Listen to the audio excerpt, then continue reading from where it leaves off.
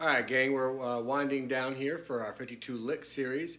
I wanted to cover one today that's pretty short and sweet. It should be a plug-and-play situation for you if you've got your rudiments together. This one I think works well for shuffles and also for soloing and other medium tempo.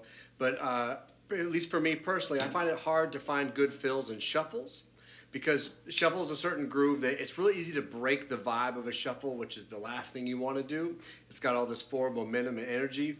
Whereas I feel like a regular swing feel's got a little bit more leeway to break up the time. So for me, this phrase works well for shuffles as well as other things. But it goes like this. It's pretty simple. 1, 2, a 1, 2, 3, 4.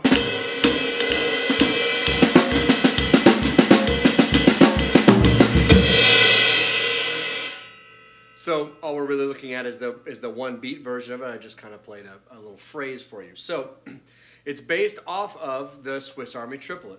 Very quick review of the Swiss Army triplet. If you know it well, we'll move right along. If you don't, make sure you take time to cover this one. So Swiss Army triplet based. It's flam right left as a triplet. 1, 2, 3, 4. Flam right left. Flam right left.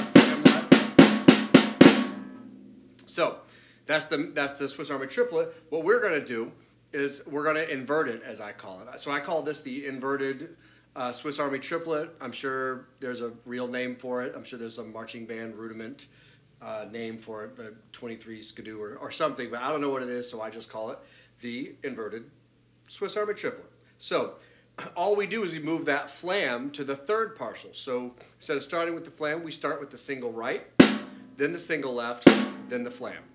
So as a triplet, it goes right, left, flam, or 1, 2, 3, 4, triplet, triplet, triplet, triplet, just like that. Now, voicing-wise, all we need to do is move our right hand to the ride cymbal for all the downbeats. So now it goes right, left, flam, right, left, flam, right, left.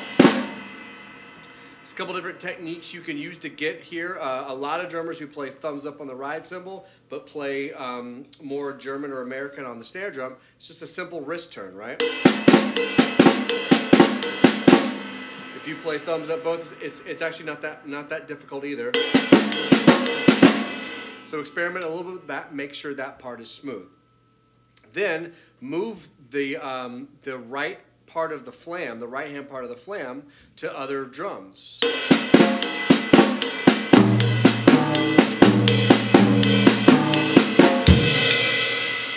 That gives you a little bit of voicing options. The last element, I think, is that you can experiment with how closed or how open that flam is.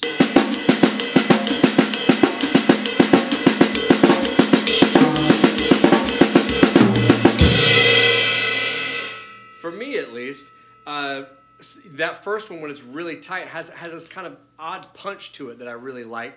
But the wider I make it, or the more open that flam is, the greasier, the bluesier it is. So I just want to have access to feel comfortable varying how open or closed that is, because sometimes I want it greasy, and sometimes I want it super tight with a lot of punch.